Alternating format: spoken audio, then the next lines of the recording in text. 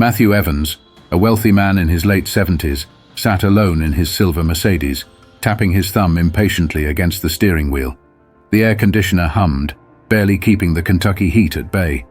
Retired and wealthy from a life of business in finance, Matthew was used to things working in his favor. But that day, he found himself stranded with a flat tire, far from the comforts of his pristine mansion on the outskirts of town. After a few attempts to call for roadside assistance with no luck, he sighed and resigned himself to the fact that he'd have to wait. Just as he started to feel a tinge of frustration bubbling up, he saw a figure walking toward him down the road. A young boy, maybe 13 or 14, wearing a faded t-shirt and worn-out sneakers, approached with a determined expression. Matthew watched as the boy's eyes narrowed, examining the car before giving Matthew a polite but confident nod. "Got a flat, sir?" the boy asked, his voice steady. Yes, I do," Matthew replied, feeling a strange mix of relief and unease. "I was hoping for a bit of help, but my phone's got no signal out here." The boy gave a little smile. "I can help with that," he said, kneeling beside the tire without hesitation. "My grandpa taught me how to change a tire last summer. Do you have a spare?" Matthew gestured to the trunk, watching as the boy opened it and pulled out the necessary tools. The young boy worked swiftly, his hands moving with a quiet confidence that seemed almost beyond his years. As Matthew stood there, he felt a strange humility creeping in, something he hadn't felt in a long time. He wanted to offer the boy something in return, but the young man hardly looked up, focusing intently on the task at hand. After a few minutes, the boy finished, wiping his hands on his jeans and stepping back. "All done," he said simply, offering a small, satisfied smile. Matthew reached into his wallet and pulled out a few bills, holding them out to the boy. "Here, take this. I really appreciate your help." But the boy took a step back, raising his hand politely. "Thank you, sir, but I don't need anything. Just happy to help." Stunned, Matthew stood there, money still in hand, as he watched the boy turn and walk away down the road. The interaction had left him moved somehow, though he couldn't quite put a finger on why. Alone now, he slipped the money back into his wallet and got back into his car, watching in the rearview mirror as the boy's figure grew smaller in the distance. For the rest of his drive, Matthew's thoughts kept drifting back to the boy. There was a quiet dignity about him, a self-assurance that wasn't born from money or privilege, but from something deeper. That night, as he sat alone in his lavish home, Matthew found himself unable to shake the image of the boy walking away with nothing but a smile. That evening, Matthew sat in the leather armchair of his study, surrounded by shelves of books he rarely opened. The room was quiet, save for the soft ticking of the grandfather clock in the corner. His dinner, a perfectly prepared steak and asparagus, sat untouched on the side table. He couldn't stop thinking about the boy. Matthew had encountered thousands of people in his lifetime, business partners, employees, investors. Most interactions revolved around negotiations, favors, and deals. There was always an exchange, a price, or an expectation. But this boy, this stranger, had helped him for no reason other than kindness. He leaned back, sipping his scotch. The memory of the boy's confident smile replayed in his mind. He didn't look like someone who had much, Matthew thought. The worn shoes, the faded clothes, the dust on his hands, it all told a story. And yet the boy carried himself with a kind of integrity that seemed so rare these days. The next morning, Matthew couldn't resist the urge to find the boy. He didn't know why, but something inside him felt unfinished. Maybe it was guilt, maybe gratitude, or maybe just curiosity. Whatever it was, he found himself driving down the same stretch of road, scanning the horizon for any sign of the boy. Hours passed as he stopped at gas stations and small diners, asking anyone who would listen if they'd seen a young boy fitting the description. Most shrugged or shook their heads, until finally an older woman behind the counter at a small cafe spoke up. "Sounds like you're talking about Elijah," she said, wiping her hands on her apron. "That boy's always helping folks around here. Lives with his mama over in Harlan." "Harlan," Matthew repeated, making a mental note. "Thank you." The town of Harlan was an hour away, nestled in the foothills of the Appalachians. The drive was scenic, but Matthew barely noticed. His mind was racing with questions. What kind of life did this boy have? What kind of family raised someone like that? When he arrived in Harlan, The streets were quiet, lined with modest homes and small businesses. He asked a few locals about Elijah and was eventually pointed to a small house on the edge of town. The house was worn but tidy, with a front porch that sagged slightly under its own weight. Matthew parked his car and hesitated for a moment, unsure of what he would even say. Taking a deep breath, he knocked on the door. It opened a moment later, revealing a woman in her early 40s.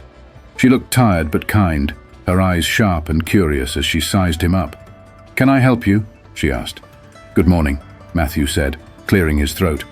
"I'm sorry to bother you, but I believe I met your son yesterday. Elijah, right? He helped me with a flat tire." Her expression softened instantly. "That sounds like my Elijah," she said with a small smile. "He's always helping folks." "I just wanted to thank him properly," Matthew said. "He wouldn't accept anything from me yesterday." She nodded, stepping aside to let him in. "He's out back. You're welcome to wait." Matthew stepped inside, taking in the modest surroundings. The furniture was old but clean, the walls adorned with family photos, and a few hand-drawn pictures that looked like they came from a much younger Elijah.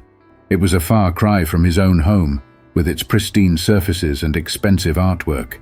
Yet something about this space felt warmer, more alive. He followed her out to the backyard, where Elijah was repairing the fence. The boy looked up, surprised to see Matthew. "Hey, mister," Elijah said, wiping his hands on his jeans. "What are you doing here?" Matthew smiled, feeling strangely nervous. "I wanted to thank you again. You helped me when I really needed it, and I just couldn't stop thinking about it." Elijah shrugged, his expression easy and genuine. It wasn't a big deal. But to Matthew, it was, and he was determined to show it. Elijah leaned against the fence, his curious gaze fixed on Matthew. For a moment, neither of them spoke. The boy's calm demeanor made Matthew feel slightly out of place, as though he were the one being judged. "I don't think you realize what a big deal it was," Matthew finally said, breaking the silence. "People don't usually help strangers without expecting something in return." Elijah tilted his head slightly, as if puzzled by the statement. "I don't see it like that," he replied. "If someone needs help and I can do it, why wouldn't I?" Matthew was struck by the simplicity of the boy's logic. He looked past Elijah to the yard. The fence was patched together with mismatched wood, the grass uneven and sparse. Behind the house, an old swing set leaned precariously, its chains rusted and broken. It was clear that Elijah's family didn't have much, but they made do with what they had. "You've got a good head on your shoulders," Matthew said, meaning it. "Your mother must be proud." Elijah grinned, glancing back toward the house. "She works hard. I just try to help out where I can." Matthew was quiet for a moment, absorbing the boy's words. He thought of his own childhood, spent in a house much like this one. His parents had worked tirelessly to make ends meet, teaching him the value of hard work and perseverance. Over the years, he had drifted away from those lessons, caught up in the pursuit of wealth and status. Now, standing in this yard, he felt an odd sense of nostalgia and regret. "I'd like to do something for you and your family," Matthew said at last. Elijah straightened up, his expression cautious. "We're okay, mister. We don't need anything." "It's not about need," Matthew insisted. "It's about what's right. You helped me, and I'd like to return the favor." Before Elijah could respond, his mother stepped out onto the porch, wiping her hands on a dish towel. "Elijah, you better come inside and wash up before lunch," she called. Then her eyes shifted to Matthew. "Would you care to join us? It's nothing fancy, but you're welcome." Matthew hesitated, unaccustomed to such an invitation, but the sincerity in her voice left him no room for excuses. "I'd like that," he said, following her into the house. Inside, the kitchen smelled of freshly baked bread and roasted vegetables. The table was small, surrounded by mismatched chairs, but it was set with care. Matthew took a seat, feeling strangely out of place in his tailored suit amidst the humble surroundings. Elijah washed his hands at the sink and joined them, his easy smile never faltering. As they ate, Matthew found himself drawn into their conversation. Elijah talked about his school, his friends, and his dreams of becoming an engineer. His mother shared stories about the community, speaking with a quiet pride about the people who looked out for one another. Matthew listened intently, feeling a warmth he hadn't experienced in years. For all his wealth and success, his own home felt cold and empty compared to this modest house filled with laughter and genuine connection. After lunch, as they cleared the table, Matthew turned to Elijah's mother. "You've done a remarkable job raising him," he said. "He's got more heart than most people I know." She smiled, her eyes shining with gratitude. "Thank you. He's a good boy, but we've had our struggles. We've learned to appreciate the small things." Matthew nodded, his mind already turning over ideas. He didn't want to overstep, but he couldn't walk away without doing something for them. This family had given him a gift he hadn't even realized he needed, a reminder of what truly mattered. Matthew left their home that afternoon with a sense of clarity he hadn't felt in years. Driving back to his estate, he began to plan. This wasn't about charity. It was about honoring the boy's selflessness and the family's resilience. Elijah and his mother deserved more than patched fences and worn furniture. They deserved stability and recognition for the strength they showed every day. The next morning, Matthew made calls, lots of them. He reached out to old colleagues, contractors and suppliers. By midday, a plan was set in motion. Within a week, trucks and workers began arriving at Elijah's home. Matthew stood on the sidewalk, clipboard in hand, directing the renovations as Elijah and his mother looked on in shock. "You didn't have to do this," Elijah's mother said, her voice trembling as she watched the crew unload supplies. "We've managed fine on our own." Matthew turned to her, his expression earnest. "You've done more than manage. You've thrived. But you gave me something I didn't know I was missing. Let me give back." Elijah was quieter than usual, standing next to his mother with a thoughtful look on his face. Matthew knelt slightly, meeting his eye. "You taught me something, Elijah. Helping people isn't about money, it's about showing up. I want to show up for you." Over the next several weeks, the house underwent a transformation. The sagging porch was replaced with sturdy wood, the roof repaired, and the rusty swing set out back was replaced with a new one. Inside, the walls were painted, the floors polished, and the kitchen upgraded with modern appliances.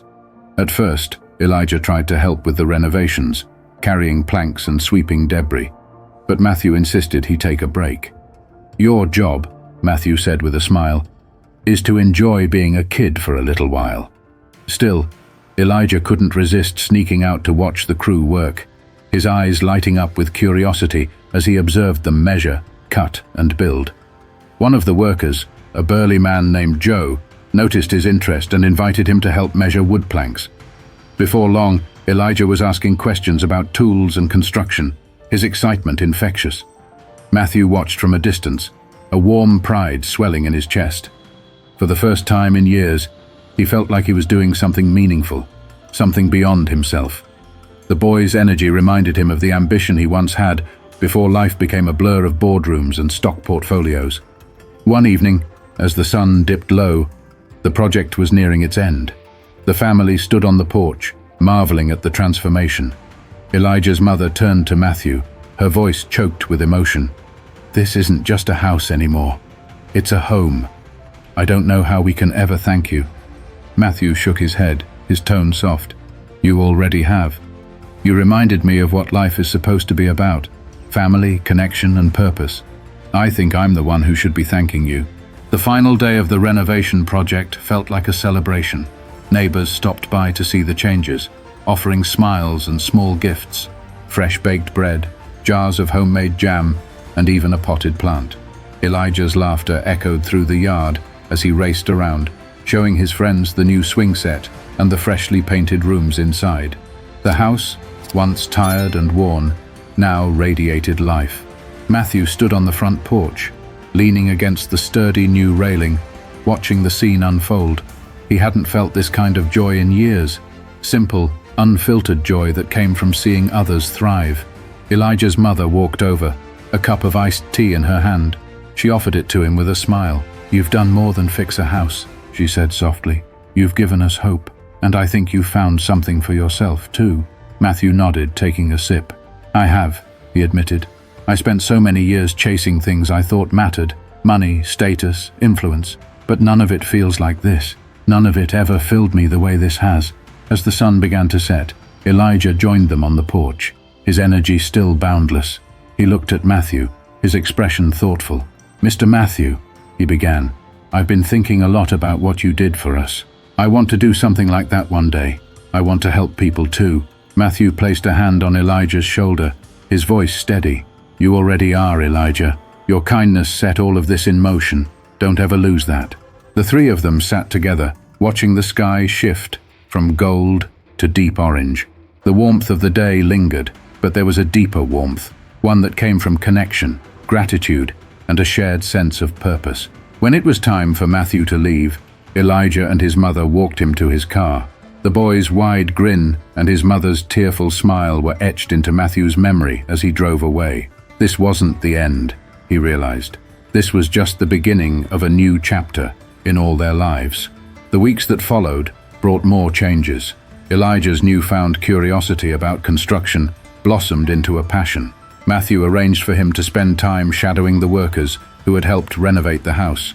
Elijah soaked up every bit of knowledge, eager to learn. Matthew, in turn, found himself drawn back to Harlan again and again.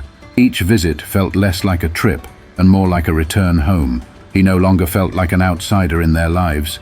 He was part of something bigger now, and for the first time in years, he was content. The story ended where it had begun, in a small town with a big heart, where one act of kindness from a young boy reminded an old man of life's greatest lesson. It's not about what you have, but what you give.